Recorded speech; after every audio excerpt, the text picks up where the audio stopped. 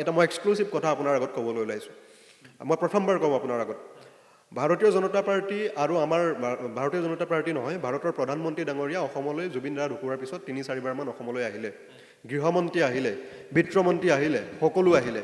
কিন্তু আজিৰ তাৰিখলৈকে সেই মানুহকেইজনে জুবিন গাৰ্গৰ ঘৰত এবাৰো তেওঁলোকে উপস্থিত নহ'লেই তেওঁলোকে এবাৰো জুবিন গাৰ্গৰ প্ৰতি তেওঁলোকে সন্মান জনাই এপাহ ফুল নাযাচিলে জুবিন ক্ষেত্ৰত গৈ তেওঁলোকে পৰিদৰ্শন নকৰিলে মই মুকলিকৈ কৈছোঁ আৰু মই দৃঢ়তাৰে কৈছোঁ নিৰ্বাচনৰ আগত যদি ভাৰতীয় জনতা পাৰ্টিৰ এই মানুহকেইজন জুবিন গাৰ্গৰ ঘৰলৈ আহে তেতিয়াহ'লে কিন্তু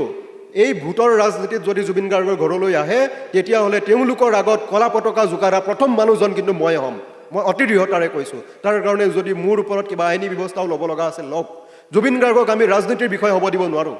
তোমালোকে নাহিলা তোমালোকে আমাৰ অসমে যেতিয়া কান্দি আছে তেতিয়া তোমালোকে কান্দিবলৈ নিশিকিলা অসমৰ তোমালোকে ভূমি তোমালোকে বিক্ৰী কৰিলা অসমৰ তোমালোকে বাগান বিক্ৰী কৰিলা সকলো বিক্ৰী কৰিলা কিন্তু আমি অসমে আজি ৪-৫ মাহে আমি কান্দি আছোঁ আমাৰ মাজৰ পৰা জুবিন গাৰ্গ হেৰাই গ'ল জুবিন গাৰ্গক হত্যা কৰা হ'ল সেই সময়তে তোমালোকে অসমলৈ আহিছা ভাৰতীয় জনতা পাৰ্টিৰ কেন্দ্ৰীয় মন্ত্ৰী প্ৰধানমন্ত্ৰী বিত্তমন্ত্ৰী গৃহমন্ত্ৰী সকলো আহিছা কিন্তু জুবিন গাৰ্গৰ ঘৰত তোমালোকে এষাৰ মাত কিয় দিব নোৱাৰিলা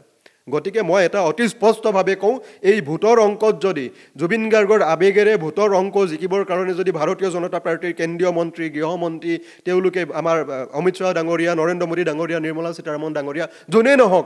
দিল্লীৰ কোনোবা লিডাৰে যদি ভাৰতীয় জনতা পাৰ্টিৰ জুবিন গাৰ্গৰ ঘৰলৈ আহে তেতিয়া মই অতি দৃঢ়তাৰে আৰু অতি সততাৰে কৈছোঁ তেওঁলোকৰ সন্মুখত কলা পতাকা আঁৰিবলৈ জোকাৰিবলৈ কিন্তু প্ৰথমজন ব্যক্তি ময়ে হ'ম তাৰ কাৰণে যদি মোক কিবা আইনী ব্যৱস্থা ল'ব লগা আছে লওক তাত মোৰ কোনো অসুবিধা নাই